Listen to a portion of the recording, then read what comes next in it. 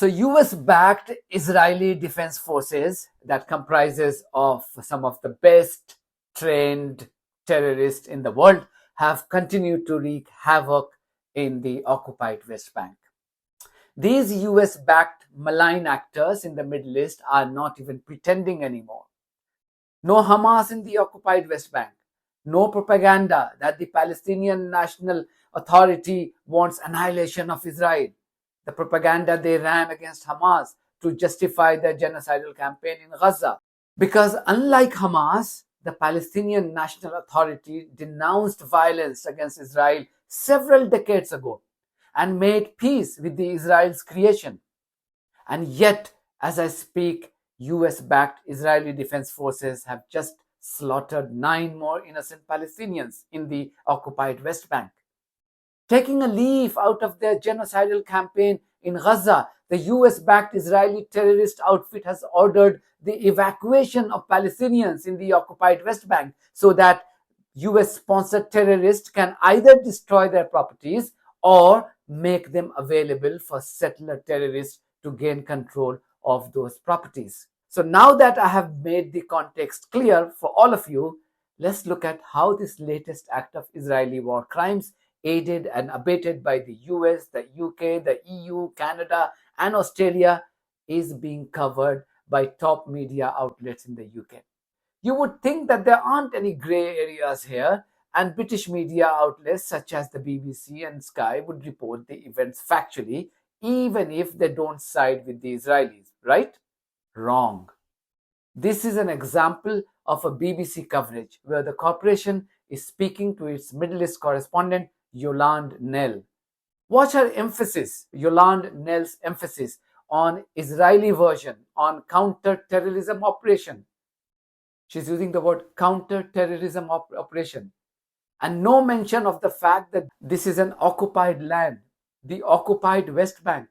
How does Yolande Nell report it? Watch it for yourself. Yolande, morning to you. What's the latest?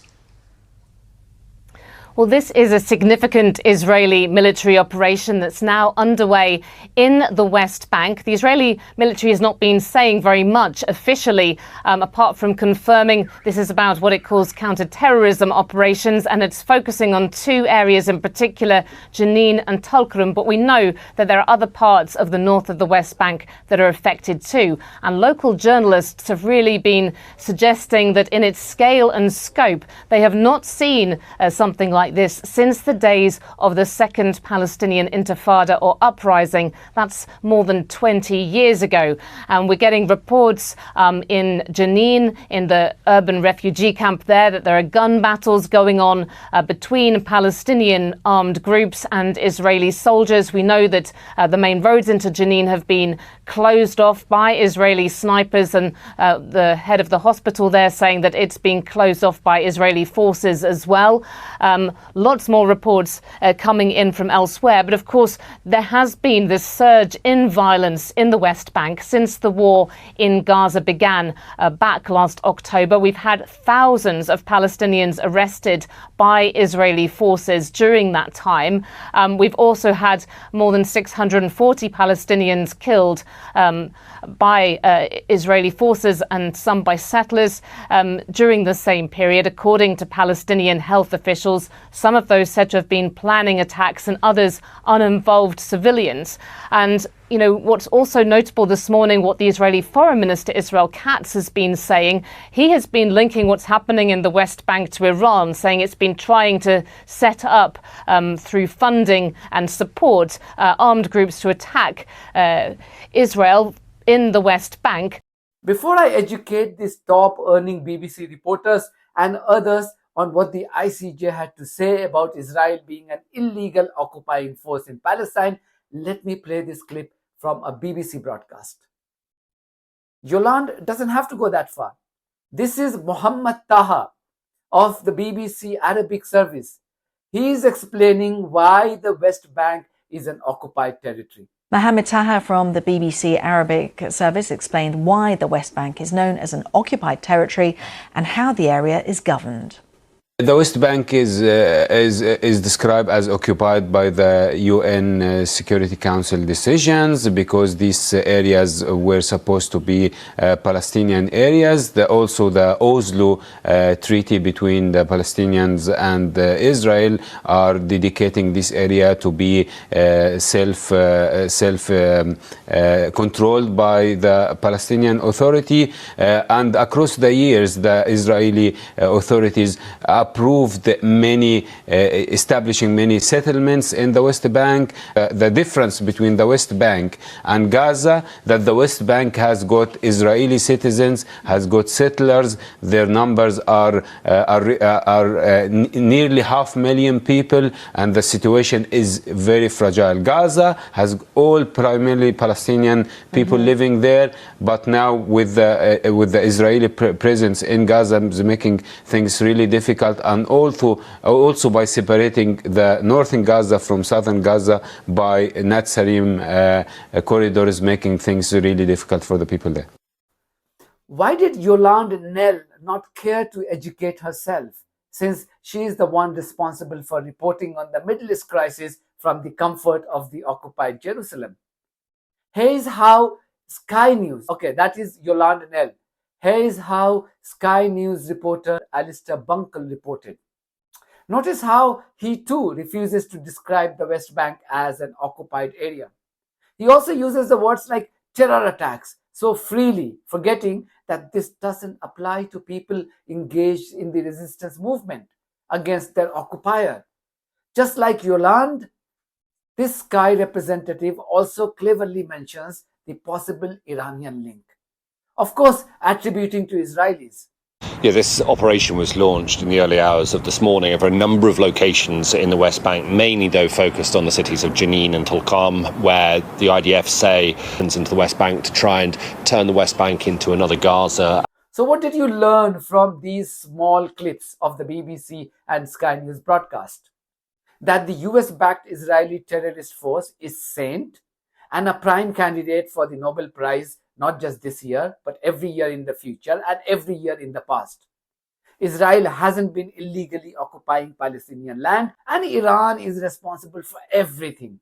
Iran is responsible for arming Houthis, Hamas, Hezbollah, Putin, Bashar al-Assad in Syria, Narendra Modi in India, protesters in Bangladesh, and many more similar crimes. I'm surprised that they haven't accused Iran of making Joe Biden brain dead.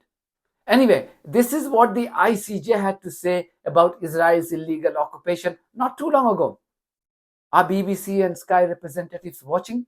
For these reasons, the court, one, unanimously finds that it has jurisdiction to give the advisory opinion requested. Two, by 14 votes to 1, decides to comply with the request for advisory opinion. In favor, President Salam, Judges Tomka, Abraham, Yusuf, Shway, Bandari, Iwasawa, Nolte, Chargeworth, Brandt, Gomez Robledo, Cleveland, Oresco, Tladi. Against, Vice President Sebutinde. By 11 votes to 4, is of the opinion that the State of Israel's continued presence in the occupied territory is unlawful. In favor, President Salam, Judges Yusuf, Shway, Bandari, Iwasawa, Nolte, Chargeworth, Brandt, Gomez Robledo, Cleveland, Tladi. Against, Vice President Sebutinde, Judges Tomka, Abraham Uresco. By 11 votes to 4, is of the opinion that the State of Israel is under an obligation to bring to an end its unlawful presence in the occupied Palestinian territory as rapidly as possible. In favor, President Salam, Judges Yusuf, Shway, Bandari, Iwasawa, Nolte, Chargeworth, Brandt, Gomez Robledo, Cleveland, Tladi. Against, Vice President Sebutinde, Judges Tomka, Abraham Uresco. by 14 votes to 1, is of the opinion that the State of Israel is under an obligation to cease immediately all new settlement activities and to evacuate all settlers from the occupied Palestinian territory. In favor, President Salam, Judges Tomka, Abraham, Yusuf, Shway, Bandari, Iwasawa, Nolte, Chargeworth, Brandt, Gomez Robledo, Cleveland, Uresco, Tladi. Against, Vice President Sibeltinde. By 14 votes to 1, is of the opinion that the State of Israel has the obligation to make reparation for the damage caused to all natural or legal persons concerned in the occupied Palestinian territory. In favor, President Salam, Judges Tomka, Abraham, Yusuf, Shway, Mandari, Iwasawa, Nolte, Chargeworth, Brandt, Gomez Robledo, Cleveland, Uresco, Tladi. Against, Vice President Subotinde. By 12 votes to 3, is of the opinion that all states are under an obligation not to recognize as legal the situation arising from the unlawful presence of the State of Israel in the occupied Palestinian territory and not to render aid or assistance in maintaining the situation created by the continued presence of the State of Israel in the occupied Palestinian territory. In favor, President Salam, Judges Tomka, Yusuf, Shway, Bandari, Iwasawa, Nolte, Chargeworth, Brandt, Gomez Robledo, Cleveland, Tladi. Against, Vice President Sebutinde, Judges Abraham, Uresco. By 12 votes to 3, is of the opinion that international organizations, including the United Nations, are under an obligation not to recognize as legal the situation arising from the unlawful presence of the State of Israel in the occupied Palestinian territory. In favor, President Salam, Judges Tomka, Yusuf, Shway, Bandari, Iwasawa, Nolte, Chargeworth, Brandt, Gomez Robledo, Cleveland, Tladi. Against, Vice President Sebutinde, Judges Abraham, Uresco. By 12 votes to 3, is of the opinion that the United Nations, and especially the General Assembly, which requested this opinion, and the Security Council should consider the precise modalities and further action required to bring to an end as rapidly as possible the unlawful presence of the State of Israel in the occupied Palestinian territory. According to this judgment, not a single settler should be staying anywhere in the occupied land. Not Gaza, not West Bank, not Jerusalem, nowhere in the occupied territories. Also, the judgment advises the United Nations to take actions to end the illegal occupation of Israel and make Israel pay for its occupation for these many years.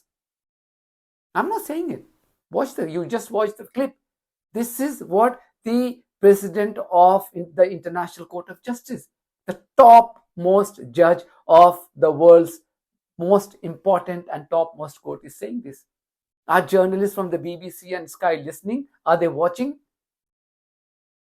That's it from me. I'm ever so grateful for your support of my journalism and this platform on buymecoffee.com. If you think this platform is worth supporting, you too can consider buying me coffee or support the channel on Patreon. Both links are there in the description of this video. In the meantime, if you haven't subscribed to my channel, please do so, because that's one of the many ways you can support independent journalism. God bless you all.